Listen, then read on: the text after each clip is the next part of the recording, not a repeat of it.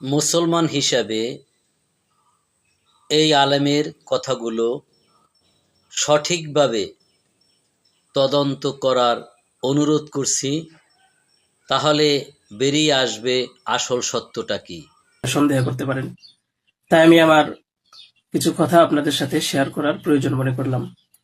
তো বিষয়টা হচ্ছে যে আপনারা দেখতে পাচ্ছেন যে সামাজিক যোগাযোগ মাধ্যমে আমাকে নিয়ে একটা বিষয় ভাইরাল হয়েছে, বিভিন্ন পত্রপত্রিকায় সেগুলো হয়তো প্রচার হচ্ছে।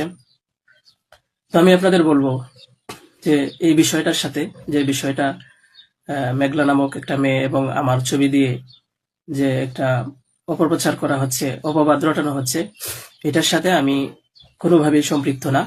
আমি এটার বিষয়ে কিছুই জানি না। আমি যদি বলি তাহলে বলবো যে এই মেয়েটা আমাদের এখানে পড়াশোনা করেছে, গত বছর পড়েছে এবং এর আগের বছরও পড়েছে। তো এর আগের বছর পূর্ণ বছর পড়াশোনা করার পরে সে আমাদের মাদ্রাসা থেকে চলে যায়। তো পরবর্তী বছর যখন মাদ্রাসা শুরু হলো তখন আমরা খোঁজ নিয়ে জানতে পারলাম যে কে কে আসে নাই। তো যারা যারা আসছে না তাদের মধ্যে সেও একজন ছিল, যে সে এখান থেকে চলে গেছে অন্য কোথাও। তো খবর নিয়ে জানতে পারলাম সে ঢাকা চলে গেছে, তার বাবা মার সাথে থাকে। বাবা মা সৎ বাবা, এবং মা অন্য কোথাও আগে বিয়ে বসছিল। তো বর্তমান যে বাবা আছে মেঘলা, তার মেয়ে না, বরং আগের বাবার মেয়ে সে।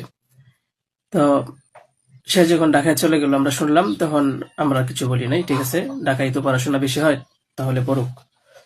আমরা আমাদের ক্লাস শুরু করে দিলাম। কিছুদিন যাওয়ার পরে দেখলাম আবার এই মেয়েটা আমাদের মাদ্রাসায় আসছে। তো আসার পরে জিজ্ঞাসা করা হলো যে কেন, কি অবস্থা, কোথা থেকে আসছো? সে বললো যে ঢাকায় চলে গেছিলাম, এখন নানা ভাই জোর করে নিয়ে আসছে আমারে। আমি আসতে চাইছিলাম না, আমাকে জোর করে নিয়ে আসছে নানা ভাই। দেশবাসী, আমি আপনাদের সাথে শুধু এই কথাটাই বলতে চাই যে যে মেয়েটা এখানে আসতে চাইছিল না, চাচ্ছিল না, তাকে কেন জোর করে আনা হলো? তাকে জোর করে আনার পিছনে কি কারণ ছিল বা তার কি স্বার্থ ছিল? পরবর্তীতে আমরা এটাও জানতে পারি যে এই মেয়েটা তার এই নানার সাথে রাতের বেলা ঘুমায়। সে নিজেই বলছে।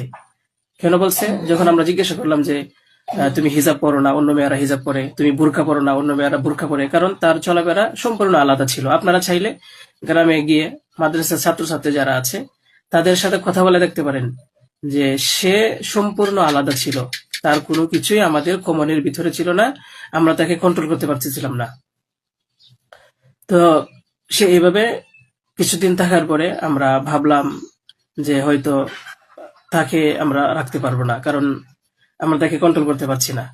হয়তো মেয়েটা অন্য কোথাও গিয়ে যদি কন্ট্রোলে থাকতে পারে, পড়াশোনা করে, তাহলে এটা তার জন্য ভালো। তাই আমরা তার গার্জেনের কাছে বললাম, তার মাকে আমরা বুঝাইয়া বললাম। আমাদের উদ্দেশ্য এটাই ছিল যে তার মা যেন তাকে বুঝিয়ে বলে যায় যে হুজুরের কথা মেনে চলবা, মাদ্রাসার নিয়ম কানুন মেনে চলবা, এই কথাগুলো উনি বুঝিয়ে যাবেন। কিন্তু উনি কি করছেন যে ওনার মেয়েকে উনি বলছে যে না, আমি এখানে রাখবো না, নিয়ে চলে যাব। তো আমাদের এখান থেকে প্রায় 5-6 মাস আগে আমাদের মাদ্রাসা থেকে নিয়ে চলে গেছে। হয়তো পরবর্তীতে খবর নিয়ে জানতে পারলাম সিলেটে যেখানে উনি থাকে সেখানে নিয়ে গেছে। তো নিয়ে যাওয়ার পরে আহ এখন কিছুদিন আগে আবার আসছে, এসে বলতেছে যে এই দুর্ঘটনা, যে খুব বড় সমস্যা। যে কথাটা শোনার পরে আমার মতো একজন সাধারণ মানুষ, আমি আর সহ্য করতে পারছি না, আমি আর নিজেকে ঠিক রাখতে পারি নাই।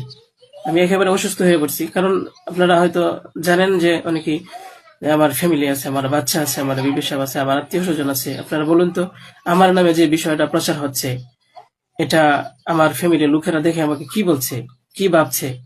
আপনারা সঠিক তদন্ত করুন। আমি কখনোই দেশের আইনের প্রতি অবাধ্য না, আমি শ্রদ্ধাশীল। দেশের আইন আছে, সে আইন সঠিক অপরাধী যে তাকে খুঁজে বের করবে। আপনারা অপরাধী খুঁজে বের করার আগেই যদি আমাকে অপরাধী বানিয়ে ফেলেন, তাহলে তো আসল অপরাধী পার পেয়ে যাবে, আসল অপরাধী তো ছাড়া পেয়ে যাবে।